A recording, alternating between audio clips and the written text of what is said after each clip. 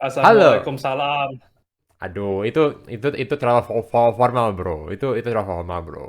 Kita Oke. harus kita harus gimana ya? Eh, apa sih diversify?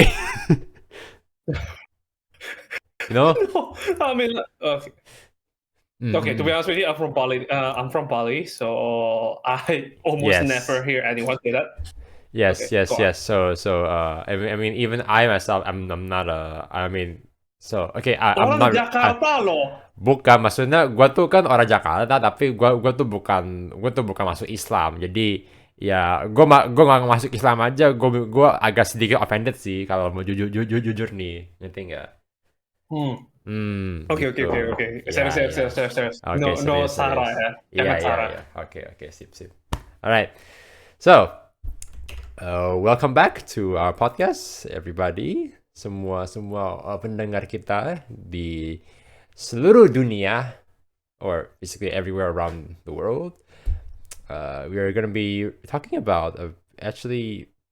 Can this actually be considered an indie film from Indonesia? Well, technically it is an Okay. indie film, but I think if you want to compare, let's say, to Pengabdi Setan or one of those bigger ones that has a much bigger budget like Gundala, or you know what I'm talking about, right? You know what I'm talking about, right? No. Gundala, haha. No. Okay, never mind. Anyway, yeah, we're gonna talk about Laskar Pelangi. It's actually made by this guy called 𝓟𝓸𝓽𝓪𝓽𝓪. I'm not too familiar with his filmography, to be honest with you, which is also a shame. Shame on me. Shame on me. Text. Oh shoot, he did Gie. Oh, okay. That's a film with 𝓟𝓸𝓽𝓪 by the way. Who's the actor with the in the film that I uh it was okay. So this film, right, Ada Apa Dengan Cinta, is one of the biggest films back then, back in 2002. It's a rom com. Well, not really a rom com. Basically, like a high school drama of a boy meets girl. The boy is like like this rebellious teen. Just wants to do what he wants to do, and then this girl is just like you're goody old two shoes. Um, yeah. Yeah, and then they fall in love, and at the end of the film, they cannot be together because of different circumstances. Oh, how tragic. But guess what? They made a sequel of that, and I don't really want to watch it. Anyway, back to Laskar Pelangi, which I want to talk about. So, yeah, Rainbow Troops. Rainbow Troops. What? Yeah, exactly. That's the English translation. What the Even though fuck? Laskar doesn't necessarily mean troopers, it's just like a group of people. Okay, that's a bit out of nowhere. And anyway, so um, I thought initially when I saw the boy, right, I thought this is the same actor who played like Barack Obama, like the little Barack Obama. Remember, there was a film about Barack Obama like back in Indonesia for a while. Wait. Hang on. It's an Indonesian movie? It is an Indonesian movie. It's basically You're telling us. joking, right? I'm not kidding you. It is a real thing.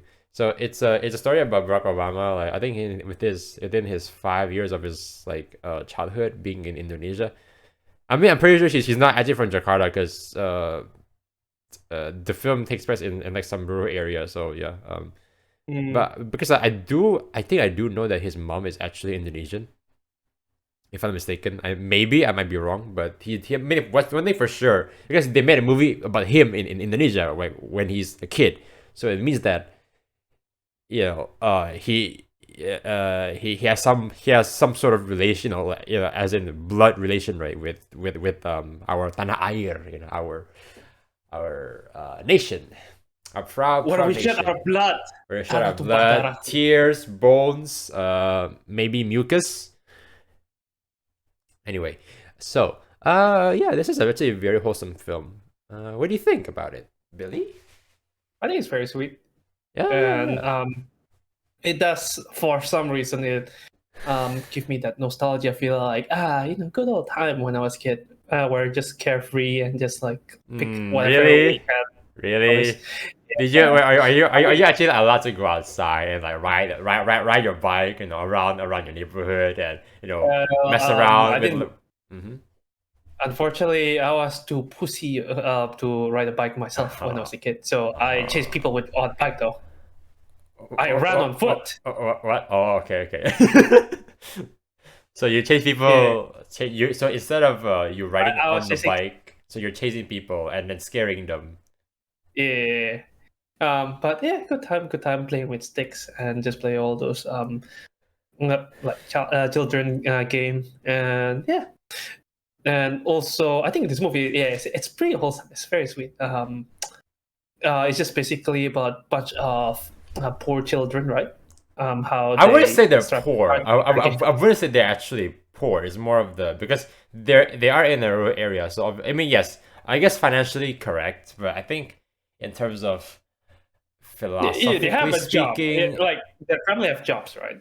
no. Like what I'm saying is like in terms of like their inner like values or what they bring to the community. I don't think they're actually poor in that sense. You know? Yeah. Yeah, I guess you're right. Yeah. Maybe I didn't put it in the right word. Mm. But the movie is pretty good. It's basically like it does have a good message. It's about Oh yeah, yeah, giving definitely. value Yes, to yes. others and chasing your dream and to never give up. Yes, I and know. also one of the best things that actually this movie also does bring up is that so there's like this scene right where they're kind of struggling to I think they want to win, you know, like some sort of contest within their like village, and then they're kind of running out of ideas, and then like The carnival, right? The dance. and then they're like hey look one of our friends Danny he's like dressing up as like this racist Indian, like let's just do that. Let's do it. And then I'm not saying that that guy is an actual racist, but the thing is that because okay, he's still a kid, Hmm. but I guess But maybe he's being this, but resourceful. he is being resourceful. But I think for our Western audience, that yeah, I mean, sorry if you do find that a little bit offensive, but um, What do you you mean? know, It's Indonesian culture. It's our culture. is it? I don't think so. I mean, not to the extent. Maybe somewhere, but I don't know if it's from that area because the movie sets in Belitung. I don't think it's a Belitung culture, but maybe it's a culture elsewhere in Indonesia. Who knows? Who knows? Oh wait, hang on. Did he? No, he didn't get the inspiration from the magazine. Because I have a feeling that he like I think okay I did it actually because like earlier we were watching like together but we're not really paying attention. uh Hey, Hash, you make us sound bad. Go on. I mean the movie is really good, so it's still like stuck in my head. But I think I did remember that he actually did what do you call this? So he actually did get some American exposure. And I think I'm not mistaken. He did mention about like American Indians, if I'm mistaken. Maybe I might be Uh, wrong. Maybe Thank so. you, National Geographic. Maybe, but you guys can watch it. I mean, good luck if you can watch it all, because honestly, it's really difficult for us to get to this movie. We have to go through lots of yeah, barriers. Anyway, But yeah, oof. yeah, that's okay. Actually, I want to ask something. Do you actually think this is how? Oh, Oh oh God, no, I don't like this we question. yeah. You know what's coming, right? You know what's coming, right? Just shoot anyway. Yeah. Okay. So remember last podcast we did we actually instead of reviewing a movie we interview one of our friends who actually work on the movie, right? Uh-huh. Yeah, Apollo Yeah. and a half. Right, right. Yeah, Jeffrey, right? So, I know I don't um, like this question already. yeah, so do you actually think that this Laskar Pelangi is a much better uh nostalgic reminder and obviously a much better film compared to that piece of Now, shit? here's okay. Okay, for the audience, right? When me and Wilson we watch Apollo and a half, right? holy crap, it's one of the most tedious experience I've ever had. Like seriously, half of the runtime of the movie is just dedicated for the kid's backstory. Even though it didn't actually amount much, it just shows like, oh, this is what's life like. And Honestly, I did the not one know. thing and the one thing I also did notice that I didn't actually learn anything from the characters. I mean, I learned the fact that, oh yeah, Americans used to, like when they were kids, they used to ride on bikes and then have like smoke from like car fumes. Yeah, I mean, cool to know that, but I want to know like the actual family dynamic. I want to actually know what did they talk about. Oh, They do show it. It's just that there's no there's no core plot to the whole thing. It's just correct, like an correct, excuse to show the American way of life. Well, correct. to be precise, right? It does cater for nostalgia value that is not what we experience. So it's really, I don't think we should judge it completely based on that. But at the same time, there is no story. The whole thing is just a pure grind. But anyway, just to make things short, right? Comparing that to this movie, which this last couple need to have that nostalgia value to it. It does have a story, right? It's just a story about character growth, how this kid go through all the obstacles and hurdle. Yeah, they'll Just go through to it together, like a yeah, family. like or like a Laskar, like bunch of troopers. But anyway, so I'll say this movie is way better than Apollo 10.5. And honestly, I know Apollo 10.5 wouldn't have a high rating. It's like 90-ish% on Rotten Tomatoes. Holy. Wait, is this still that Yeah, high?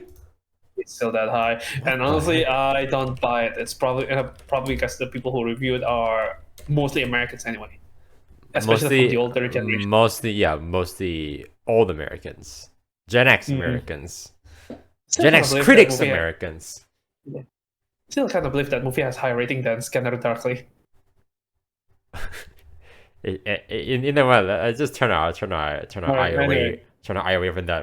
that crap for a while. Let's go back to Laskar Pelangi. What do you think, Wilson? Like, do you want to, rewind time back to when you were This a kid this and this hope? this movie is so yeah, obviously it is heartwarming, but I think Aw. because the thing is that I was the one who actually pick this up, right, for us to both to watch it, because I remember when I was actually a kid, because we uh my first time watching this is when I was still at school, and it was we have like a class that there's not much material to cover on that day, and then our teacher just decides to, hey, let's just watch a movie. All right, let's watch a movie. Let's go. Then when I'm sitting through it, it's like, oh, this is oh wow, Indonesia could be like this, huh? Because I guess because I think because like my community, because I used to live in the city, right? So it's like looking at a completely different world. Just go seeing through from a different, from a different people from different perspectives. Oh, okay, so this is, so basically there is life out there that actually, people are actually enjoying themselves. Like they actually get along with each other, and yeah, there's also a bit of this romance, subplot, which is also kind of sweet. Also very maturely done as well. They don't really like rush it or like ham it in just because of just to please the numbers, that kind of thing. Yeah, it's really good. And I think the second time I did watch it, it was actually, I think, a few months ago, and then I think something that I learned struck me quite hard, which is what's the message here? Let me think. Yeah, I think it's like coming back to that, because like that scene, right, where the kids are like banding together, and they wanted to prove to their I mean, not to prove, but just basically just show their village, like, hey, creativity is still very valued, and there's still I mean, okay, there's still a lot of value for creativity, and also it's also very important that you still need to have some sort of creativity somewhere, even when you're working in a in a corporate job somewhere where this you're crunching numbers, or let's say if you're um or in your case, or in your case, you're a software developer. Oh, you're just like looking at a bunch of code. But even I think um there's just something that you can actually somewhat alter like a little bit just to make your life a little bit more interesting. I think that's the one takeaway I did take from the movie, which is actually something I don't think not many people actually did notice. It's like, yeah, like try to yeah, there might be a lot of things in your life that you cannot control, like in the movie, right? Like the one of the um Or the like teacher yeah, that one of the teacher died, or like if I passed away. I was like, oh, okay, that's kind of sad, but you know what? Yeah, the main teacher, she wanted sorry, she's grieving her loss, but it's like the community is kind of like, hey, and it's like, hey, I mean, I know we know that you're sad, but you still you gotta kid, you gotta cheer those kids up. You still gotta do your job, that kind of thing. but yeah, the kids themselves are also self-motivated, right? They Correct, still go correct, to correct, school, and correct. just Yeah. to prove that they do need the education. Yes, they do need the education, and also she herself kind of like, you know what, I mean, yes, it's sad, but life goes on, and you know what, we should make the best out of it. Heck, actually, I would want to get these kids to attend like all these prestigious schools, outside of my village, and eventually maybe, the yeah, basically like the dead teacher's spirit would be, would be a little bit satisfied with like what we both wanted to accomplish. Because I think at the beginning it was their plan from the start, if I'm not mistaken. Because They're going to yeah, no, because it was Miss Muslima's, like, and also Mr. Harfad's idea to basically like start like this little school in this village, which right, right. yeah, yeah, so Oh, yeah, the founders. Yep. correct. So yeah, I'm sorry if I'm you know uh I'm sorry if I'm dragging like my thoughts about this, but yeah, that's No, basically what I no, no, learned. It's very good. it's okay though. It's okay, Mm. and I think I like I like how the school itself, right? It's actually founded on some core principle. Mm. It does basically involve a more religious study, but also like character building, and I don't quite know how to properly translate it to English. But you understand what I mean, right? Remember when the teacher had that conversation with the other guy Mm. when he was fixing the table, right? It's Mm. basically teaching manners and also build characters Mm. and building courage and also wisdom. I think that's Yeah. yeah, because like do I do find education fascinating.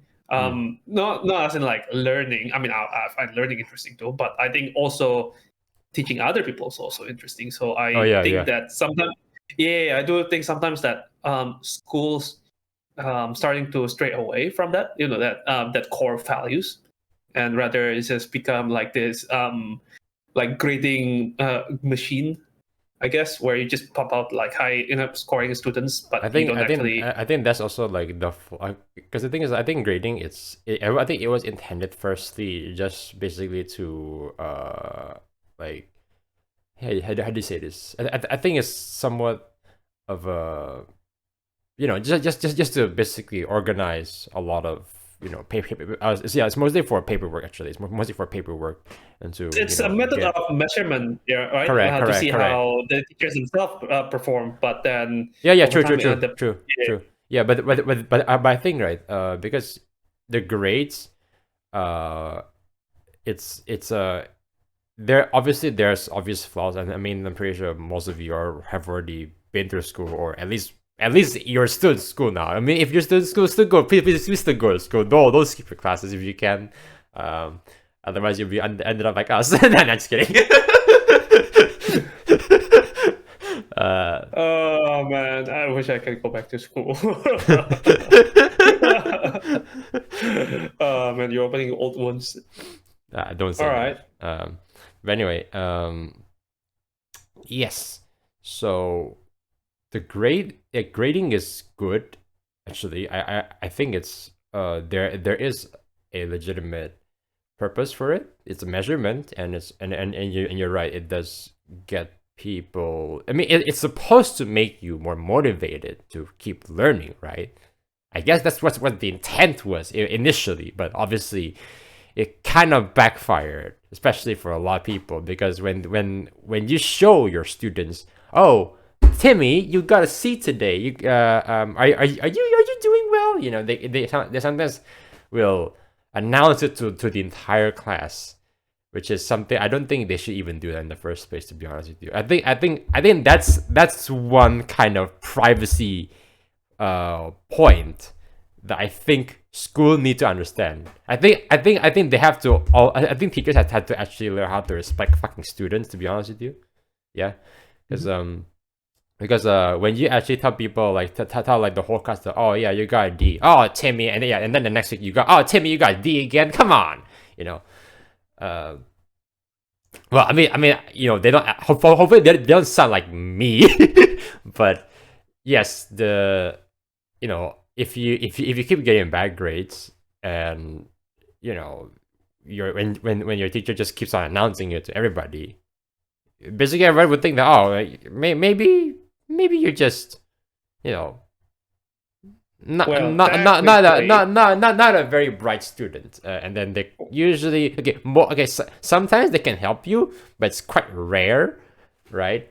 Like those few people who actually want to approach you, like, hey, you know, are you struggling, bro? You wanna have a study buddy, that kind of thing. Nah, that's quite rare, even also to my own experience, because I myself, I have to be the study buddy. I have to be like the one that's like, hey, dude, I'm actually having a problem here. Could you, you know, would you want to have some time to study together? It's like, oh yeah, sure, why not? But I guess it depends, honestly, because I think this is just from my own personal experience. I think because my own personal experience from school is more the negative side, so that's why I'm saying all this, and this is just be like venting out my frustrations. But yeah, one thing I want to basically just to just put it out there, which is teachers should actually need to learn how to respect kids as people. Okay, so and believe me, it will change so many things. So many things, yeah. Which is something this movie actually did, by the way. If you didn't actually notice that, everybody respects each other. Like I fucking like this, the students themselves, right, have a lot of agency, right? Correct. Just to that move the plot forward and also try their best to improve the school. In I think the best translation, because I see the word mengharumkan nama sekolah, which I think the best way to explain it is just to venerate the school, honor it. Correct. Because the thing is, like, if you, I mean, yes, sometimes you have to lecture kids because they're kids, yes, but those are only situations where it's necessary. Like, let's say if they went too far in certain places, then okay, you might want to do that. But if you do it, if you're doing it, you know, let's say, if what, let's say this guy, you know, Bruce T, he I don't know, talk to his girl classmate next to him in class because he's bored, and then you're like, hey, what are you doing? You wanna see me after class, son? It's like, come on, man, come on. Do you really have to say that? Yeah, come on. But yeah. Girl power, am I right? Never mind. I'm gonna get canceled this episode, which is something I didn't even expect. Woo. Well, if we get canceled, that means we get more attention to us, because canceling also gets attention. So I see. Anti-cancel. Oh, okay. Yeah. But yeah, the movie also teach about resilience too, right? You know, and also sometimes, unfortunately, things didn't turn out to, you know, go well. But then sometimes you just have to do what you gotta do, because like Lintang, right, the genius boy, at the end, who won the trivia, like, yeah, the quest competition. His dad passed away, and then he has to take care all of his siblings at a very young age, which is tough. Right. So he has to leave school, but life move on, right, as you say. But then he stays strong. Yeah. That's yeah, because I actually also have like some friends as well back in my school. Yeah, because I think I have like a couple of my friends like who actually have their father, yeah, like their father basically like passed away, and yeah, I mean they barely go to school like for actually like for a while. I think like for like almost a month or something. Then yeah, when they and then when they came and then when they came back to campus, it's you can tell that they changed. You can tell that they changed Mm. for better or for worse. But the weird thing is that they still perform just as well as before. So you know what? Actually, good for them because I'm not even sure if I can actually handle that like myself. If you know if one day that could happen, which you know eventually it might. You never know, man. You never know. You never Never know. know. Yeah. So that's why you have to, basically live the best out of every single day of your life. Do your best and Uh. also keep close with who you care. Hmm. I think we can. I think I'm gonna drag your avatar just a little closer here. You know. There you go. Yeah, yeah, I'm here for you. Oh, thank you. But too bad. Yeah, I cannot animate your hand to hug around me. So Aw, we need a bit of money for that. yeah. Don't worry, man. We'll be spoiled potatoes together. Oh But rather, well, I'm already rotting first. So oh well. I mean, I guess you die first. Be a fertilizer. Shower me oh. with nitrogen. But anyway, enough with morbid stuff. On to more fun stuff right now. Oh yeah. What do you have like for the trivia's? No, honestly, I got nothing, man. Other than this movie has a song made for it. A what? It has. So there's a song made Oh for yeah, this yeah, movie. yeah. One of the Yeah. most catchiest songs. Actually, here's the thing. Yeah. I don't like a lot of pop song from movies. Mhm. Like, okay, there's the classic. Everybody knows this. Hakuna Matata. What a Yeah. wonderful Shut up. day. No. I've already had enough Hakuna of that. Matata. Yeah. That's Yeah, don't that's you dare sing any song from Frozen. Frozen as well. I'm not gonna sing that because I also hate it. And then there's also what can I say except you're welcome. I haven't One, watched it. two. Yeah, I actually have that movie on Blu-ray by the way, but I haven't seen it yet. Hey, it was on sale. It was on sale. It's like $2. Like, of course I'm gonna pick it up. Any, Okay. anyway, so yeah, there's a very. And actually, it was actually very well known. Like when they actually came out, but the artist Ninji, right? Wait, is it is Mhm. it is Yeah, is it Niji. Ni- It is Niji. is it Ninji or Niji? Like that's how do you pronounce his name? Niji? Sorry, the band name. Niji or Niji. Ninji? Niji.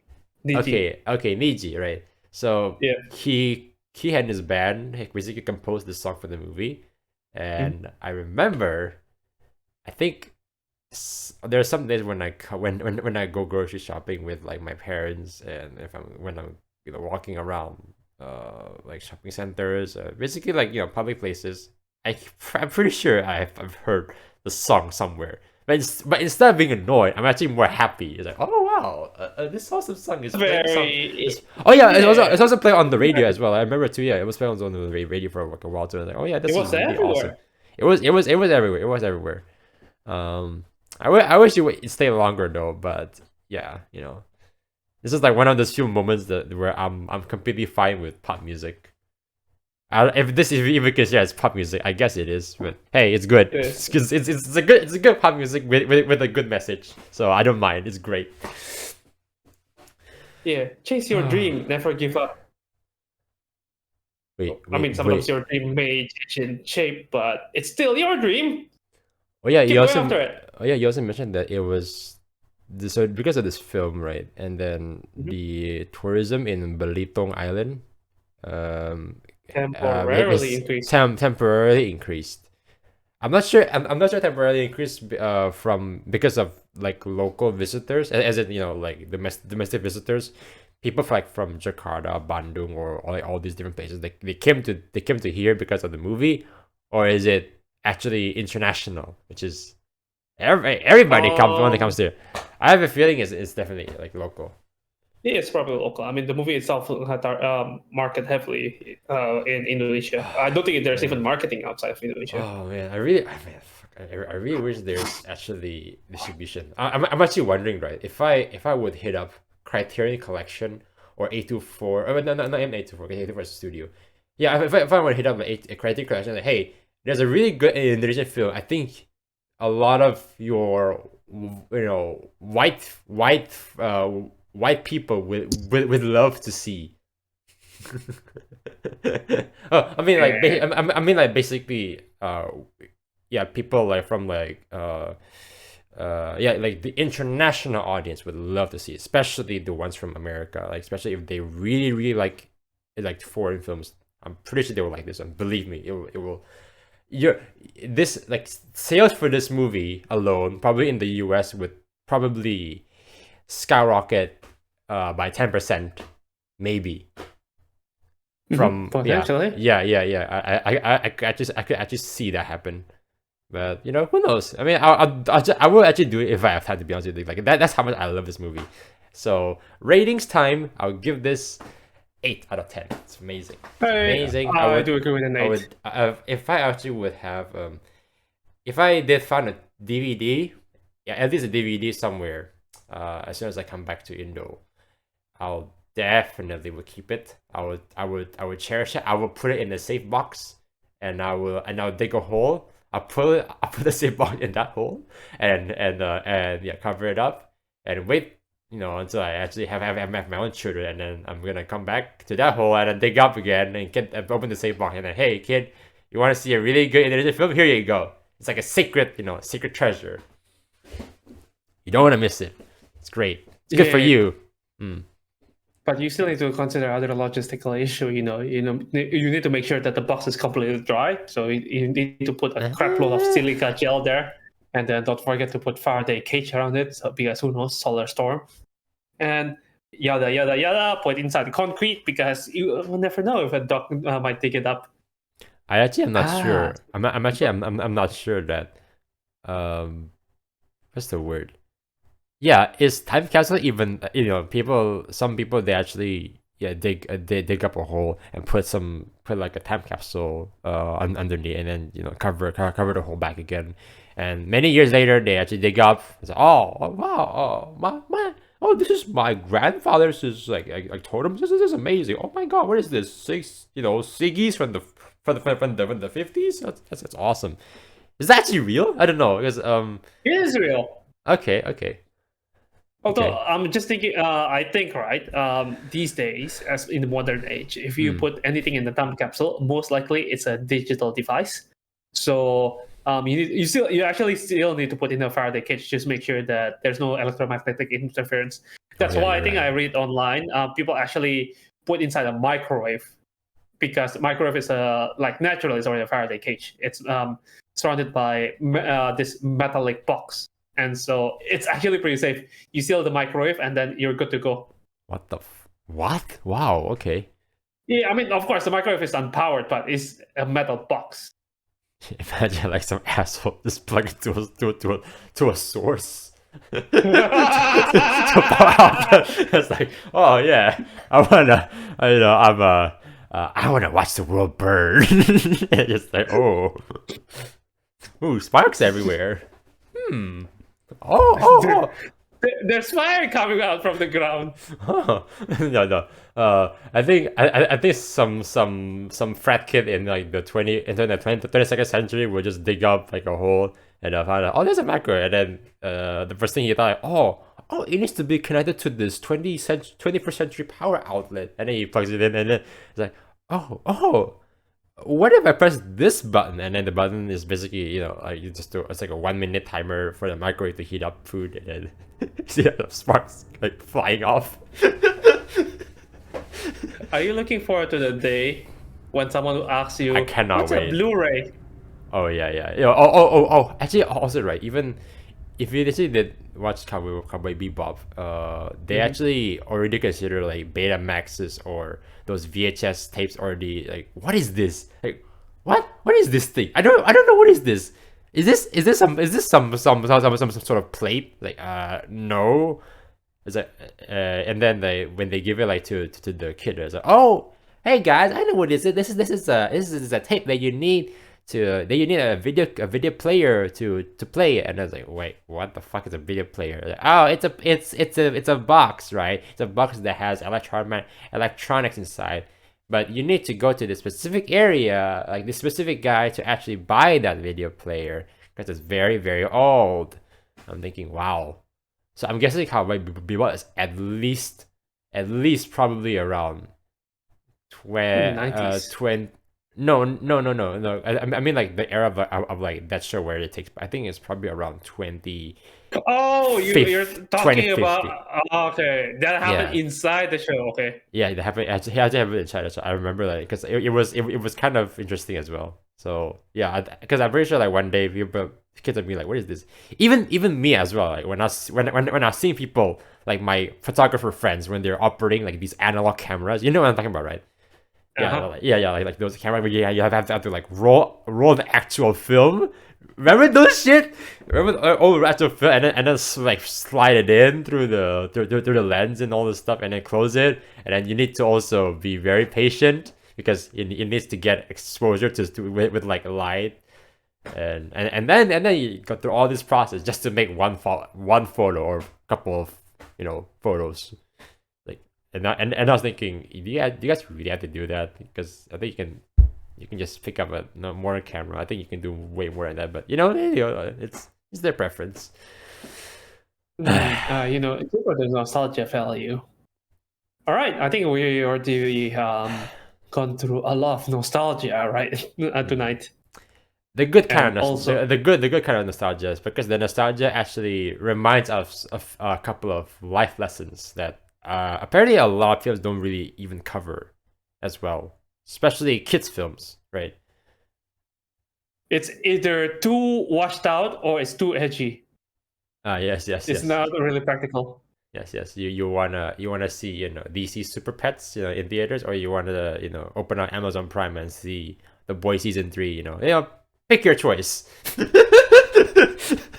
I've been watching Attack on Titan recently, and I still cannot believe it's actually considered a shonen, like aimed for at young kids, even though it talks about war and also like philosophy about the meaning of life. Oh my god. Okay. Yeah, I know, right? Pretty crazy. All right. All right. So I guess next film is also gonna be another Indonesian film, by the way, and I'm pretty sure you can We're find on a this. streak. Sorry. We're on the Indonesian streak right now. Yes, because you know what? In a few days, we're gonna have Independence Day, Indonesian Independence Day, 17 Agustus tahun 45, 17th of October 1945. October, August. It's Oh. August. Oh, sorry. Yeah, my brain is just going places. Yeah, August. Sorry about that. I guess I'm not I guess I'm not Indonesian enough, huh? Sorry. So this is like my recovery stage, just to